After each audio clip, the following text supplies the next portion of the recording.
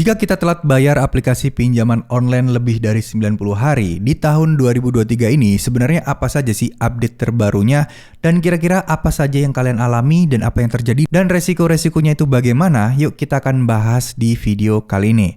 Oke, jadi buat teman-teman yang mungkin mendengar 390 hari itu udah masa-masa krusial di mana DC pinjol itu udah dalam tanda kutip mulai brutal, dalam tanda kutip mulai banyak menagih dan bahkan mendatangi kalian ke rumah. Nah, di tahun 2023 ini banyak sekali perbedaan-perbedaan di mana ada beberapa pinjol itu sebenarnya udah nggak peduli lagi masalah 90 hari.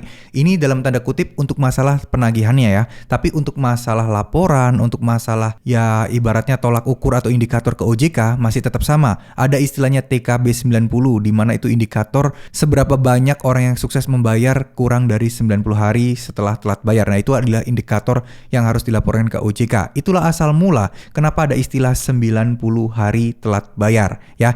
Jadi memang ada indikator-indikator, ada laporan-laporan atau parameter yang ditetapkan OJK yang diistilahkan untuk masalah gagal bayar di aplikasi pinjaman online seperti ini. Nah, oke, dari sini kita clear ya, itu asal mula dari 90 hari. Nah, sekarang mulai banyaknya muncul beragam nih, banyak pinjol-pinjol yang mulai dalam tanda kutip latah untuk menagih ke rumah yaitu kurang dari 90 hari. Yaitu ada yang 1 bulan, ada yang 2 bulan, udah ada 41 hari udah datang. Ya, beragam lah, macam-macam. Tapi sejauh ini yang paling sering terdengar yang sudah mendatangi nasabah gagal bayar ke rumah paling cepat adalah Akulaku, Kredivo, Kredit Pintar, dan juga Tunaico. Nah, selain itu rata-rata ya memang masih di atas 3 bulan. Tapi ya ini nggak menutup kemungkinan semuanya makin latah ya, makin ikut-ikutan untuk datang kurang dari 3 bulan. Nah, sebenarnya hal ini sebenarnya mungkin nggak sih dilakukan oleh semua pinjol ke depannya, apakah makin cepat atau tidak?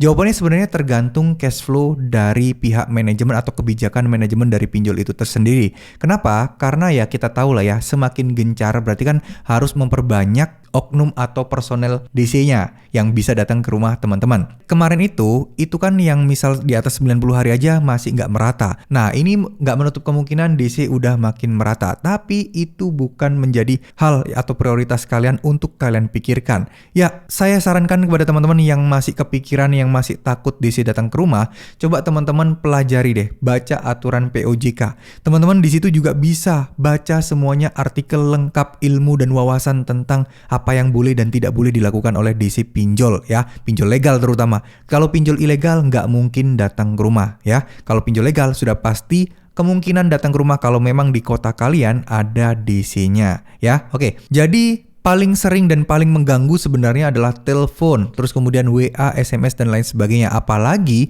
sampai ada oknum DC itu yang sampai sebar data atau menghubungi kontak-kontak di luar kontak darurat serta menghubungi orang-orang kenalan kalian di sosial media kalian. Nah, kalau sudah menghubungi di sosial media seperti ini tentu saja akan makin meresahkan, membuat kita malu dan membuat kita sangat terganggu. Nah, buat teman-teman yang sudah mengalami hal tersebut, silahkan teman-teman langsung laporkan ke pinjol yang bersangkutan. Karena kebanyakan orang itu males nih melaporkan, menindaklanjuti. Ya mereka cuma pasrah ya, namanya pinjol ya risikonya seperti ini. Nah, semakin teman-teman memaklumi hal tersebut, semakin tidak ada perubahan. Jadi yuk bareng-bareng ketika mendapatkan perlakuan yang kurang mengenakan, laporkan aja ke OJK. Ya banyak kok teman-teman, tinggal googling aja bagaimana cara melaporkan pinjol bermasalah ke OJK. Banyak ya informasi, bahkan ada kayak semacam call center gitu ya yang dibuka OJK untuk melaporkan hal tersebut. Ya bodo amat, mau itu ditanggepin atau tidak, mau itu dibiarkan begitu saja atau tidak, bodo amat. Yang penting teman-teman lapor. Siapa tahu ya kemungkinan nanti ada inspek atau apapun itu yang membuat laporan kalian ini dibaca. Kalau banyak yang lapor, saya yakin pasti dinotis, pasti akan dibaca. Tapi kalau 1-2 orang aja ya mungkin ya pekerjaan mereka kan banyak ya, belum tentu laporan kalian itu dibaca. Nah, kita nggak pernah tahu. Kalau banyak serempak orang yang mungkin korban-korban pinjol ini kompak untuk melaporkan dan menindaklanjuti dari oknum-oknum DC yang melanggar aturan, tentu saja ini akan menjadi sebuah langkah yang baru yang membuat ya mungkin kedepannya tidak ada pinjol-pinjol yang semena-mena ya teman-teman. Jadi untuk masalah sebar data dan lain sebagainya harusnya itu dilindungi undang-undang dan kalian tidak seharusnya mendapatkan resiko seperti itu. Oke, jadi pahami aturannya, ngerti tentang masalah hutang pinjaman online, jangan sampai teman-teman termakan ya Takutnya nanti teman-teman di WA akan masuk penjara lah, di WA akan dituntut lah. Jangan termakan hoak-hoak seperti itu. Ketika diancam apapun, ya, ancaman apapun, mau somasi kayak apa kayak, teman-teman googling aja dulu. Kan saya yakin teman-teman punya HP, punya internet semua, tinggal cari dulu, bener nggak sih seperti ini. Biar apa sih? Biar teman-teman setidaknya punya wawasan. Biar teman-teman tidak diakal-akalin oleh oknum-oknum DC yang tidak bertanggung jawab seperti itu.